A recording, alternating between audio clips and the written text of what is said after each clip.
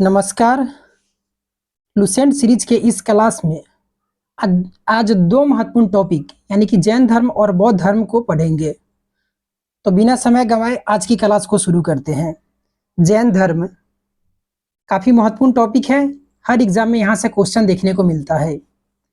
जैन धर्म के प्रथम तीर्थंकर कौन थे? तो ऋषभ देव थे। और इनका संस्थापक भी पूछा जाए, जैन धर्म के संस्थापक कौन? तो ऋषभ देव ही हो जाएंगे। और 23वें तीर्थंकर का नाम है ये पार्श्वनाथ है। इनको सांपों का देवता भी कहा जाता है, जो काशी के इक्ष्वाकु वंशीय राजा अश्वसेन के पुत्र थे। इन्होंने 30 वर्ष की अवस्था में संन्यास जीवन को स्वीकारा। इनके द्वारा दी गई शिक्षा थी हिंसा न करना, सदा सत्य बोलना, चोरी न करना, संपत्ति न रखना।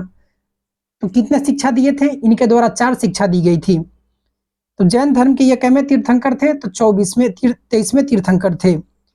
महावीर स्वामी जैन धर्म के 24वें और अंतिम तीर्थंकर हुए।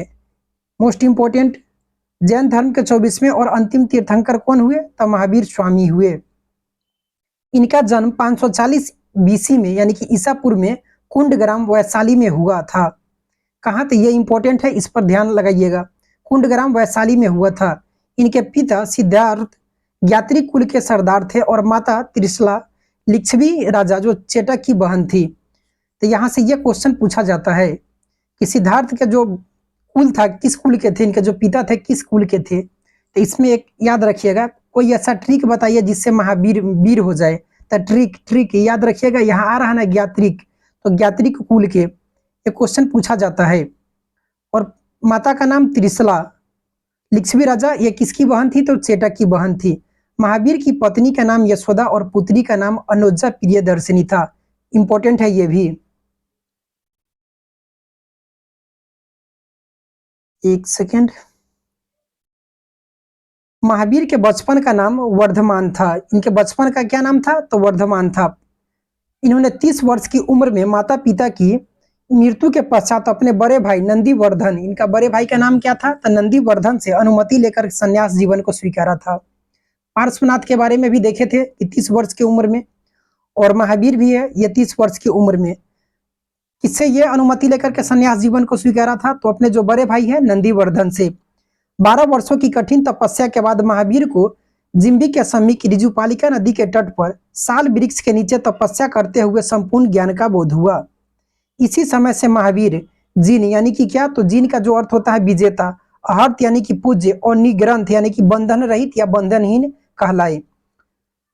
तो कितने वर्षों की कठिन तपस्या के बाद? तो 12 वर्षों की कठिन तपस्या के बाद महावीर को जिम्बी के समीप रिजुपालिका नदी, ये इंपॉर्टेंट है, मोस्ट इंपॉर्टेंट है, इस पर स्टार लगा लीजिए। रिजुपालिका के नदी के तट पर किस वृक्ष के नीचे? तो साल वृक्ष के नीचे इनको ज्ञान प्राप्त हुआ। इसके बाद क्या हुए? तो महावीर जिन यानी कि विजेता कहलाए, अहर्त यानी कि पूज्य, और निग्रंथ यानी कि बंधन रहित कहलाए। महावीर ने अपना प्रथम उपदेश प्राकृत यानी कि अर्धमगधी भाषा में दिया। मोस्ट इंपॉर्टेंट क्वेश्चन, अभी हाल में जो बीएसएससी का जो एग्जाम हुआ था सीजीएल, उसमें यह क्वेश्चन पूछा गया था। तो इंपॉर्टेंट है, मोस्ट इंपॉर्टेंट है ये। किस भाषा में दिए? तो प्राकृत भाषा में यानी कि और अगर ऑप्शन में प्राकृत नहीं दिया रहे, अर्धमगधी दिया रहे, तो अर्धमगधी लगाइएगा। महावीर के अनुयायियों को मूलतः निग्रंथ कहा जाता है। निग्रंथ अभी देखे थे, बंधन रहित कहा जाता है। महावीर ने प्रथम अनुयायी, इसका जो प्रथम अनुयायी हुए, इनका जो दामाद था जामिल बने। इनका अगर पूछा जाए कि प्रथम अनुयायी महावीर के कौन बने, तो उनका जो दामाद था जामिल बने। प्रथम जैन भिक्षुनी यानी कि स्त्री में कहा जा रहा है कि नरेश दधिवाहन की पुत्री जो थी ये चंपा थी। प्रथम भिक्षुनी कौन थी? तो चंपा थी। महावीर ने अपने शिष्यों को 11 गंधर्वों में विभाजित किया था। मोस्ट इंपॉर्टेंट, इस पर भी स्टार लगा लीजिए। ये नहीं पूछा जाएगा कि क्या, यहाँ से क्वेश्चन पूछेगा 11 मतलब कि कितने गंधर्वों में विभाजित किए थे? 9, 10, 11, 12 ऑप्शन में रहता है, तो 11 राइट आंसर हो जाएगा। आर्य सुधर्मा अकेला ऐसा गंधर्व था जो महावीर के मृत्यु के बाद भी जीवित रहा। तो आर्य सुधर्मा का नाम इंपॉर्टेंट है, जो महावीर के मृत्यु के बाद भी जीवित रहा। और जैन धर्म का प्रथम थेरा का मुख्य उपदेशक हुआ। थेरा का जो मुख्य उपदेशक जो प्रथम हुआ, आर्य सुधर्मा ही हुए। महावीर स्वामी के भिक्षुनु संघ की प्रधान चंदना थी। प्रथम भिक्षुनु अगर देखा जाए तो यहाँ चंपा थी, लेकिन भिक्षुनु संघ की प्रधान अगर पूछा जाए तो चंदना थी। प्रमुख जैन तीर्थंकर और उनके प्रतीक चिन्ह है यहाँ। तो प्रथम जो थे ये ऋषभ देव थे, इनका जो प्रतीक चिन्ह है ये सांड है। पूछा जाता है, सब यहाँ से इंपॉर्टेंट है। द्वितीय अजितनाथ हाथी हो जाता है। तृतीय संभवनाथ जिनका हो जाता है घोड़ा हो जाता है। सप्तम जो दिया गया है ये संपाश्रभ है। स से सप्तम, स से संपाश्रभ और स से स्वास्तिक। तो इनका जो प्रतीक चिन्ह है ये स्वास्तिक है। और शांति 16वां, तो शांति हिरण हो जाएगा। ये इंपॉर्टेंट है, शांति का प्रतीक काफी, हिरण को भी काफी शांत प्रिय होता है। तो अरनाथ ये 18वां थे, ये मीन थे, याद कराने के व्यू से यहाँ बोल रहे थे। 18 वर्ष की उम्र में व्यक्ति क्या हुआ कि अर गया कि अब तो हम मीन मतलब मछली, तो मछली खाएंगे ही खाएंगे। तो इसमें याद रखिएगा अरनाथ का जो 18वां अगर दिया जाए प्रतीक चिन्ह, अगर कभी कभी ऐसा भी पूछ दिया जाता है कि 18वां जो थे इनका क्या है प्रतीक चिन्ह, तो मीन हो जाएगा। नामी जो थे ये 21वें थे, इनका 21 में नीलकमल। कोई 21 वर्ष का जो व्यक्ति होता है वो चुनाव लड़ने का योग हो जाता है। तो इसमें क्या होता है कि नीलकमल, इसका चुनाव चिन्ह मिला कमल, कमल छाप याद रखिए 21 में, तो नामी हो जाता है।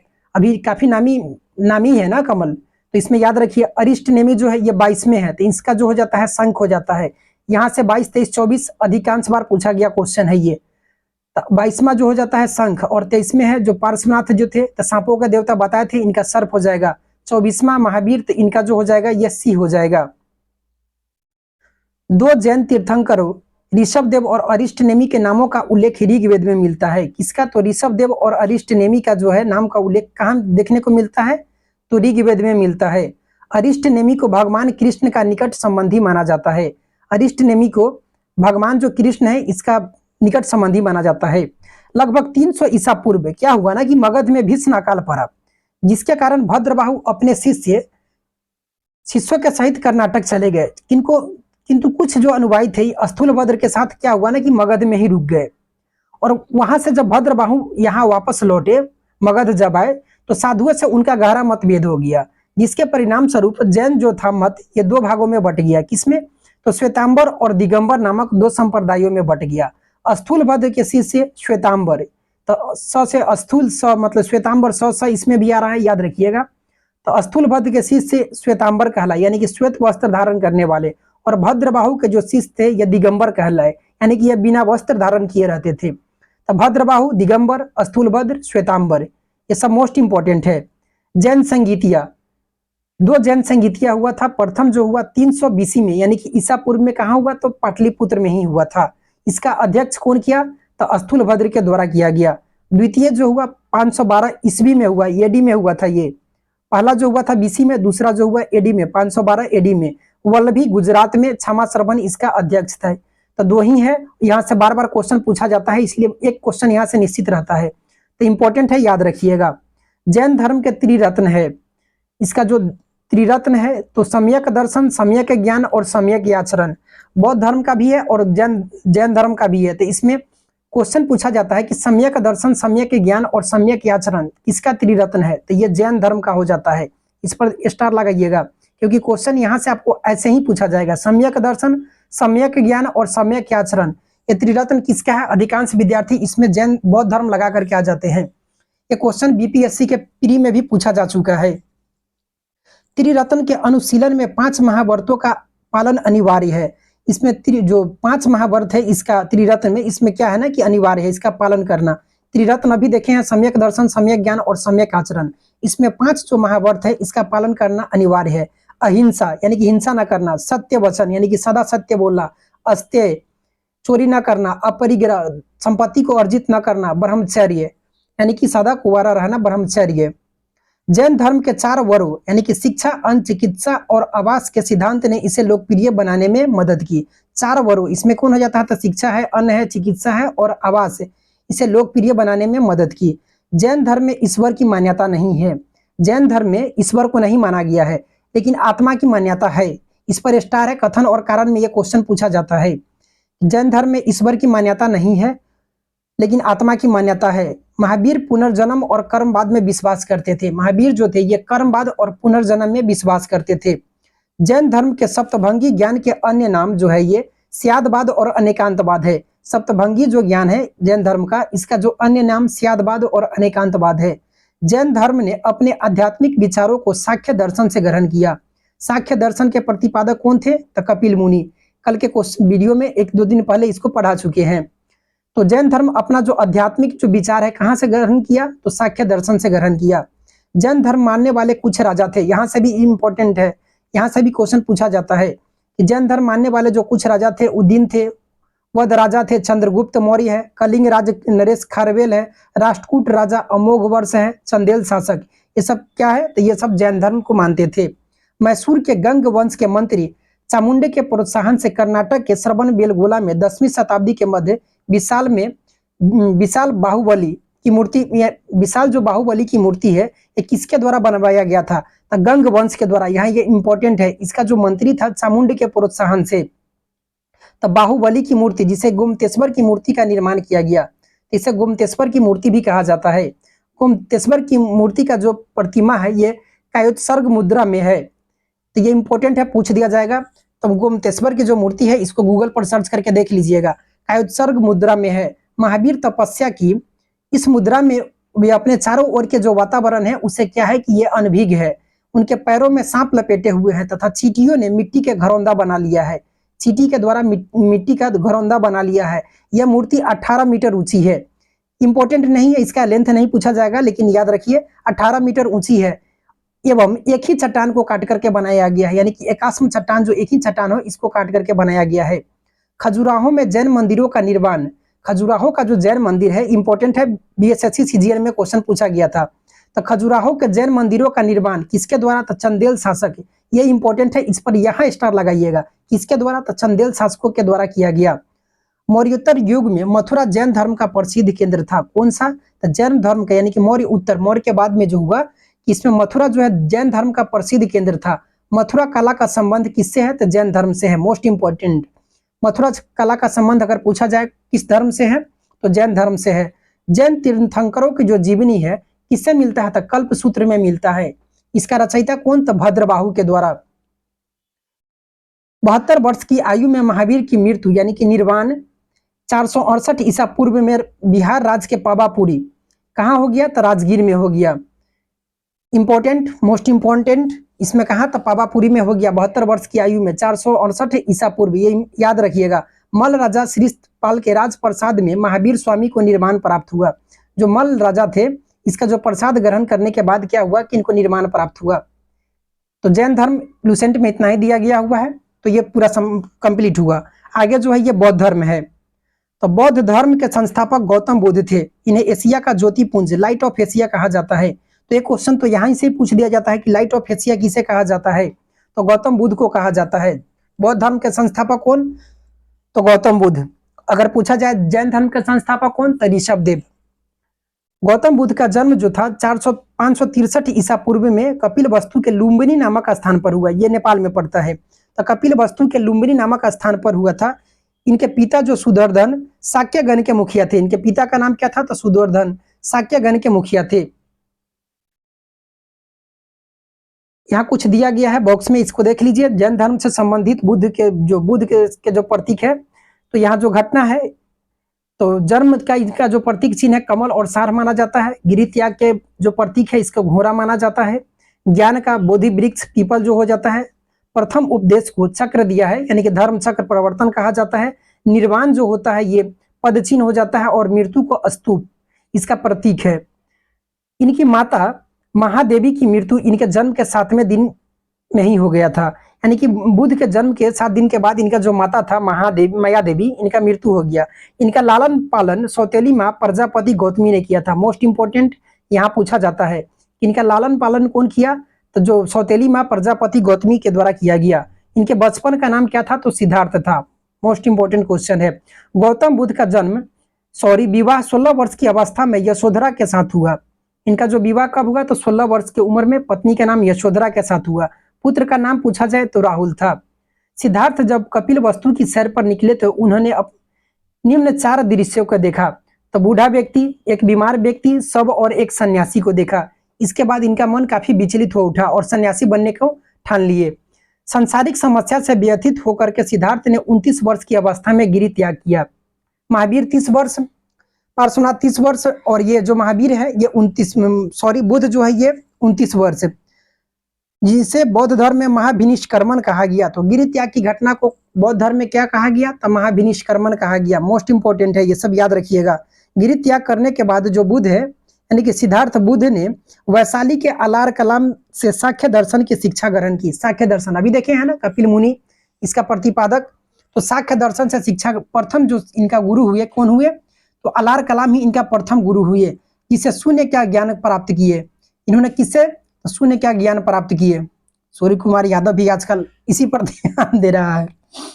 अलार कलाम के बाद सिद्धार्थ ने राजगीर के रुद्रक रामपुत्र से शिक्षा ग्रहण की।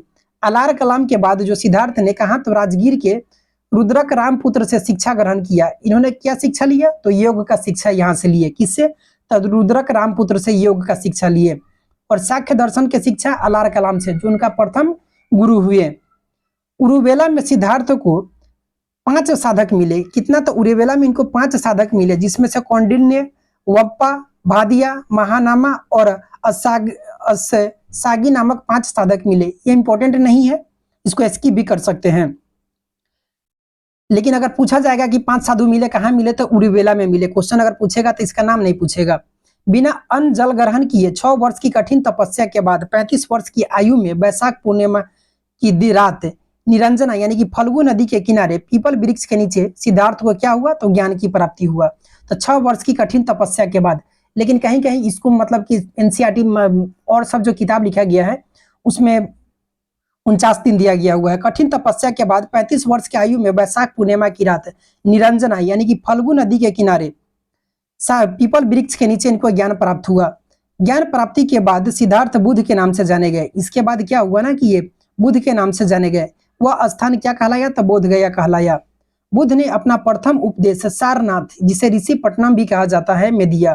तो इंपॉर्टेंट, मोस्ट इंपॉर्टेंट में इसको इंक्लूड कीजिए। प्रथम उपदेश कहाँ दिए, तो सारनाथ में दिए, जिसे बौद्ध ग्रंथों में धर्म चक्र प्रवर्तन कहा गया। तो प्रथम उपदेश को क्या कहा गया, तो धर्म चक्र प्रवर्तन कहा गया। बुद्ध ने अपने उपदेश जो जनसाधारण की भाषा थे ये पाली में दिया। तो किस भाषा में दिए, जो जनसाधारण की जो भाषा था पाली, इसी में दिए थे। लेकिन जैन धर्म का जो उपदेश दिया गया किस में दिया गया, तो प्राकृत भाषा में दिया गया, जिसे अर्धमगधी। बुद्ध ने अपने उपदेश कौशल, वैशाली, कौशाम्बी और अन्य राज्यों में दिए। कहाँ कहाँ दिए, तो कौशल में दिए, वैशाली में दिए, कौशाम्बी में दिए और अन्य जगहों राज्यों में दिए। सर्वाधिक लेकिन उपदेश अगर पूछा जाए तो कौशल देश की राजधानी कहाँ दिए, तो श्रावस्ती में दिए। इनके अनुयायी, इनके प्रमुख अनुयायी थे बिंबिसार, प्रसेनजीत और उदयन। ये सब इनके प्रमुख अनुयायी हुए। देखिए, अद्भुत भारत एएल बासम के अनुसार 49 दिनों की तपस्या के बाद बुद्ध को ज्ञान की प्राप्ति हुआ था। तो ये किसके अनुसार, अद्भुत जो भारत है एएल बासम के अनुसार ये कहा गया है।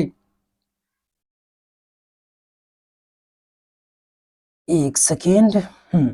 बुद्ध की मृत्यु 80 वर्ष की अवस्था में 483 ईसा पूर्व में कुशीनारा यानी कि देवरिया जो उत्तर प्रदेश में चुंद द्वारा अर्पित भोजन करने के बाद हो गई, जिसे बौद्ध धर्म में महापरिनिर्वाण कहा गया। मृत्यु को क्या कहा गया, तो महापरिनिर्वाण कहा गया।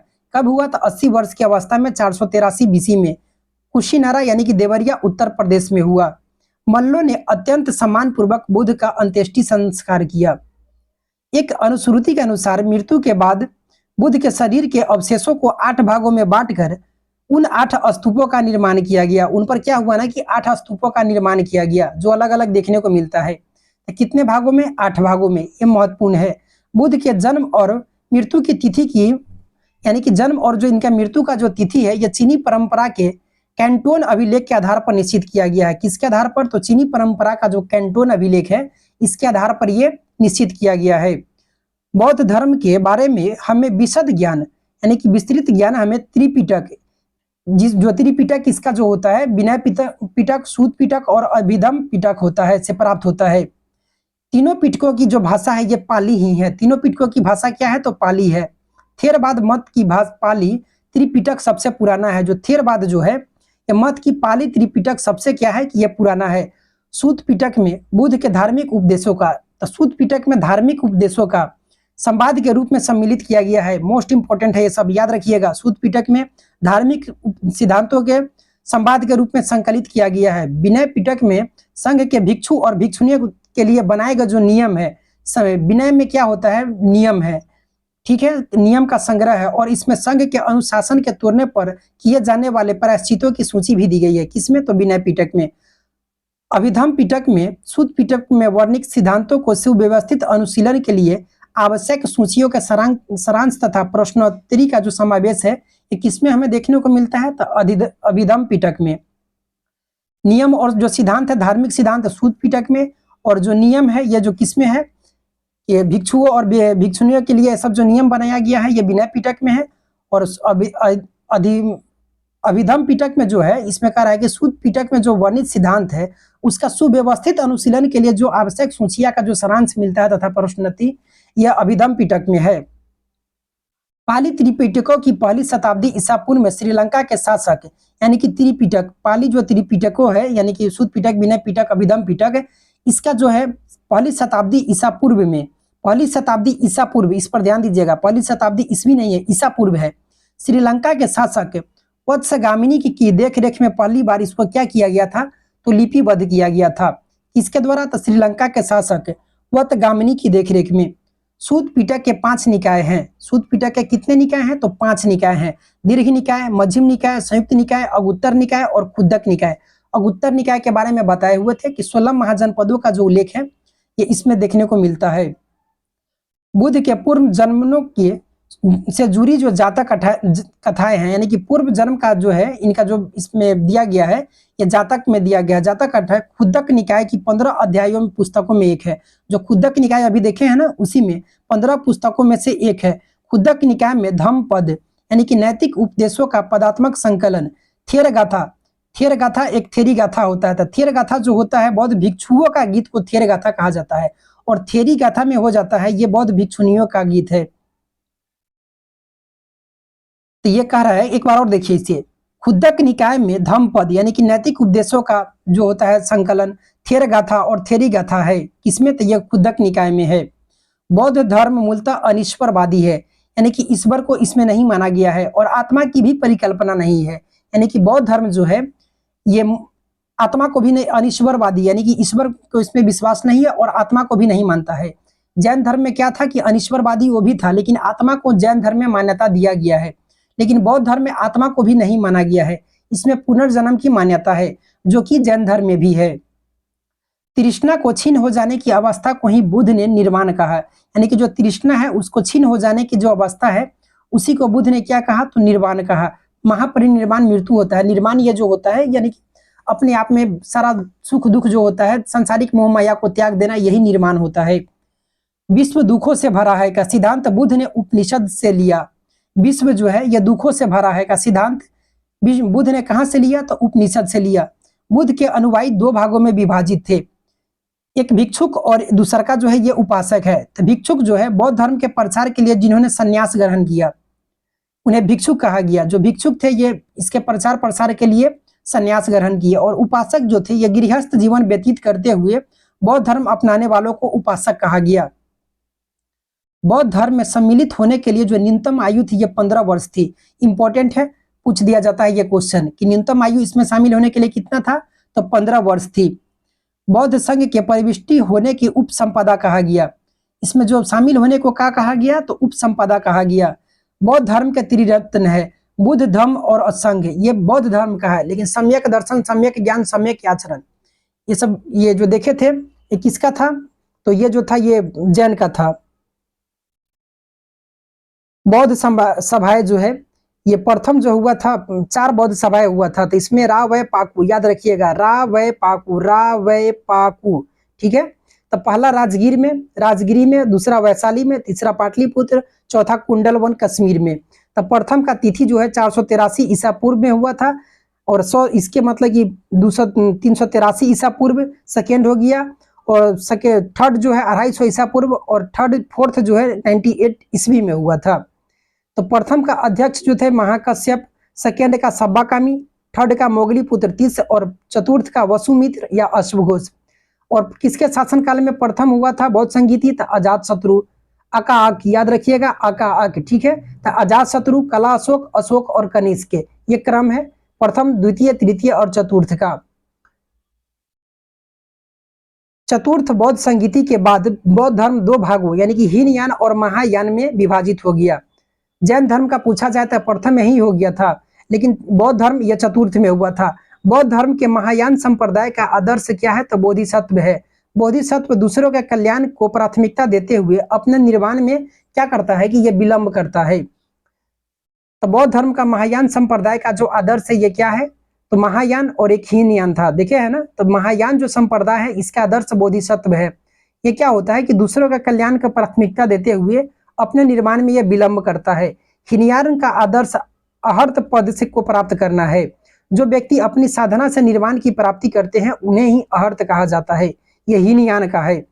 धार्मिक जुलूस का प्रारंभ सबसे पहले बौद्ध धर्म के द्वारा प्रारंभ किया गया। बौद्ध का सबसे पवित्र त्योहार वैशाख पूर्णिमा है, जिसे बुद्ध पूर्णिमा के नाम से जाना जाता है।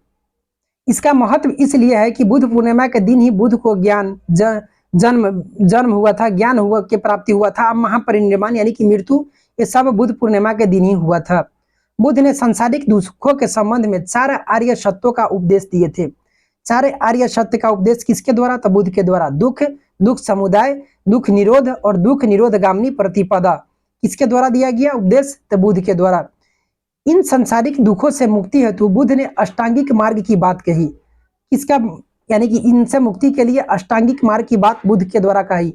ये साधन है क्या? तो सम्यक दृष्टि, सम्यक संकल्प, सम्यक वाणी, सम्यक कर्मांत, सम्यक आजीव, सम्यक व्यायाम, सम्यक स्मृति और सम्यक समाधि। ये किसके द्वारा? तो बुद्ध के द्वारा दिया गया। बुद्ध के अनुसार अष्टांगिक मार्गों के पालन करने के उपरांत मनुष्य की भव तृष्णा नष्ट हो जाती है और उसे निर्वाण प्राप्त हो जाता है।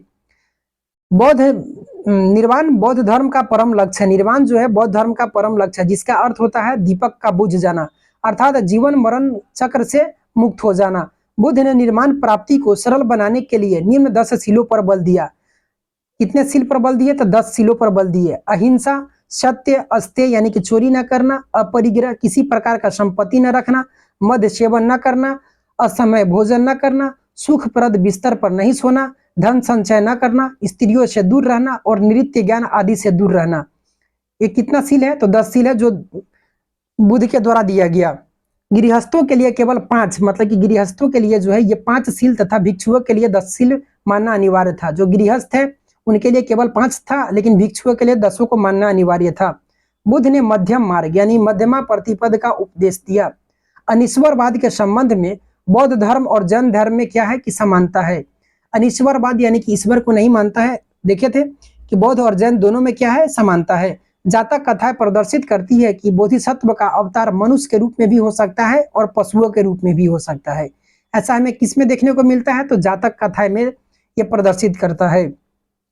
बोधिसत्व के रूप में पुनर्जन्मों की दीर्घ श्रृंखला के अंतर्गत बुद्ध ने शाक्य मुनि के रूप में अपना प्रथम जन्म प्राप्त किया। किसके रूप में? तो शाक्य मुनि के रूप में अपना प्रथम ये जन्म प्राप्त किया। किंतु इसके उपरांत मैत्रेय तथा अन्य उपनाम अभी जो है अवतरित होने बाकी है। शाक्य मुनि के उपरांत क्या हुआ कि मैत्रेय, लेकिन उसके बाद अनाम यानी कि बिना कोई नाम के है बुद्ध अभी अवतरित होने क्या है कि शेष है। सर्वाधिक बुद्ध मूर्तियों का निर्माण गांधार शैली के अंतर्गत किया गया। मोस्ट इंपोर्टेंट है, सर्वाधिक बुद्ध मूर्तियों का निर्माण पूछा जाए तो गांधार शैली के अंतर्गत किया गया। लेकिन बुद्ध की प्रथम मूर्ति संभवतः मथुरा कला के अंतर्गत बनी थी। प्रथम पूछा जाए तो यह मथुरा हो जाएगा, सर्वाधिक पूछा जाए तो गांधार शैली। तिब्बत, भूटान और पड़ोसी देशों में बौद्ध धर्म का प्रचार पद्म संभव यानी कि गुरु ऋण-5 ने किया। कहा? तो तिब्बत में, भूटान में और पड़ोसी देशों में बौद्ध धर्म का प्रचार पद्म संभव गुरु ऋण-5 ने किया।